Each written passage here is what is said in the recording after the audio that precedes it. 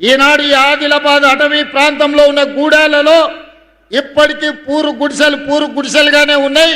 తాగడానికి నీళ్లు అందని పరిస్థితి ఇంకా మన కళ్ళ ముందు కనిపిస్తూనే ఉంది. నేనే స్వయంగా ఈ ప్రాంతంలో పర్యటనకు వచ్చినప్పుడు గూడాలలో పర్యటించిన నాడు మిత్రులు స్వయం బాబురావుతో మాట్లాడి ఈ ప్రాంత గూడాలలో ఉన్న పటేళ్లను కలిసి తప్పకుండా మన ప్రభుత్వం వస్తుంది, మీ సమస్యను పరిష్కరిస్తామని ఆనాడు ఈ ప్రాంతంలో గూడాలలో ఉన్న పటేళ్లకు నేను మాట ఇచ్చి ఈ ప్రాంతం అభివృద్ధి పదం వైపు నడిపిస్తా అని చెప్పి ఆనాడు అనుకున్నాం.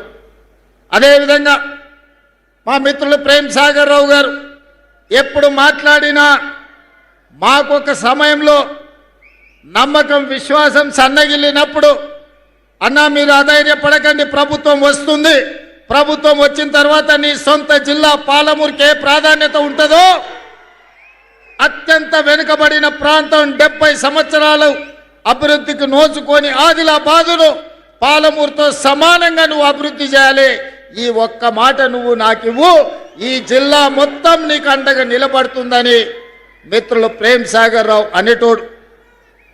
వారు మాట్లాడినప్పుడు ధైర్యం వచ్చేది, గుండె నిండా ఊపిరి పీల్చుకొని కొట్లాటకు సిద్ధమయ్యేది. మళ్ళా నెల తిరుగుతేనే ఏమవుతుందో అని భయం ఉండేది.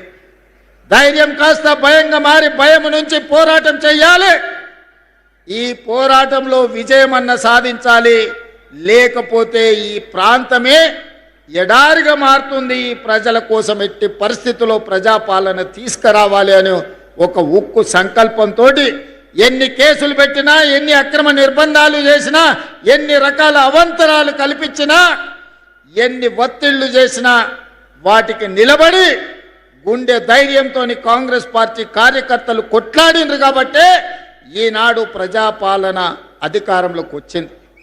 మిత్రులారా, నేను చాలా సందర్భాలలో చెప్పిన ఎన్నికలు వచ్చినప్పుడే రాజకీయాలు, ఎన్నికలు వచ్చినప్పుడే జెండాలు ఎజెండాలు, ఎన్నికలు వచ్చినప్పుడు మన పార్టీని మన వాళ్ళని గెలిపించుకోవడానికి 100% ప్రయత్నం చేద్దాం. ఎన్నికలు ముగిసిన మరుక్షణం ఈ వేదిక మీద ఉన్న ఎవరైనా అనిల్ జాదవ్ కావచ్చు, పాయల శంకర్ కావచ్చు, గోడెం నగేష్ గారు కావచ్చు, ఎవరైనా కావచ్చు, వాళ్ళు మా రాజకీయ ప్రత్యర్థులే కానీ మాకు శాశ్వతమైన శత్రువులు కాదు. ఈనాడు మేము వాళ్ళని శత్రువులుగా భావించడం లేదు. భిన్నమైన ఆలోచనలు ఉండొచ్చు, అభివృద్ధి విధానంలో వాళ్లకు మాకు భిన్నాభిప్రాయాలు ఉండొచ్చు, అవి భేదాభిప్రాయాలు కావు.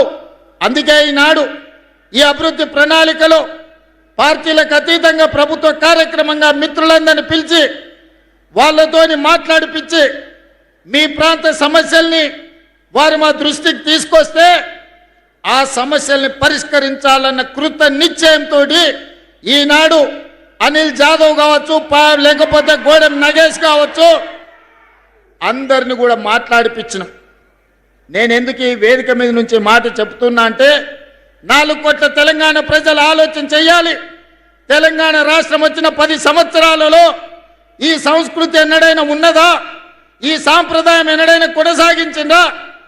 ఆనాడు ముఖ్యమంత్రులు మంత్రులు వస్తున్నారంటే ప్రతిపక్షాలకు సంబంధించిన ఎమ్మెల్యేలను కార్యకర్తలను పోలీస్ స్టేషన్లో నిర్బంధించి బందర్ దొడ్లో కొట్టినట్టు పోలీస్ స్టేషన్లో కొట్టేటోళ్ళు.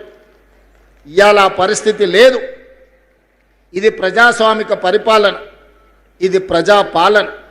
ప్రజాపాలనలో ప్రతిపక్షాలకు సహేతుకమైన సమస్యల్ని లేవనెత్తడానికి అవకాశం ఇవ్వాలి. శాసనసభలో శాసన మండలిలో ప్రశ్నలు లేవనెత్తడానికి, ప్రభుత్వం నుంచి పనులను సాధించుకోవడానికి అవకాశం ఇవ్వాలని చట్ట సభల్లోనే కాదు బహిరంగ వేదికల్లో కూడా మా ప్రతిపక్షాలైన ఎమ్మెల్యేలను ఎంపీలను మాట్లాడిపిస్తున్నాం. ఈ సాంప్రదాయాన్ని తెలంగాణలో కొనసాగించాలి. తెలంగాణ అంటే రాజకీయ విలువలకు వేదిక, తెలంగాణ అంటే ఒకరినొకరు గౌరవించుకునే ప్రాంతం అని ఈ దేశానికే ఆదర్శంగా నిలబడాలని ఈనాడు ఒక మంచి సాంప్రదాయానికి ప్రయత్నం చేస్తున్నాం. మా మిత్రులు కలిసి వచ్చినందుకు వారికి మనస్ఫూర్తిగా నేను ధన్యవాదాలు తెలియజేస్తున్నా. కొంతమంది కొన్నిసార్లు మైకు వస్తే చాలు ఏది మాట్లాడుతున్నాం, ఎందుకు మాట్లాడుతున్నాం, ఎప్పుడు మాట్లాడుతున్నాం, ఎలాంటి భాష వాడుతున్నామనే విచక్షణ కోల్పోయి ఏది పడితే అది మాట్లాడడం ద్వారా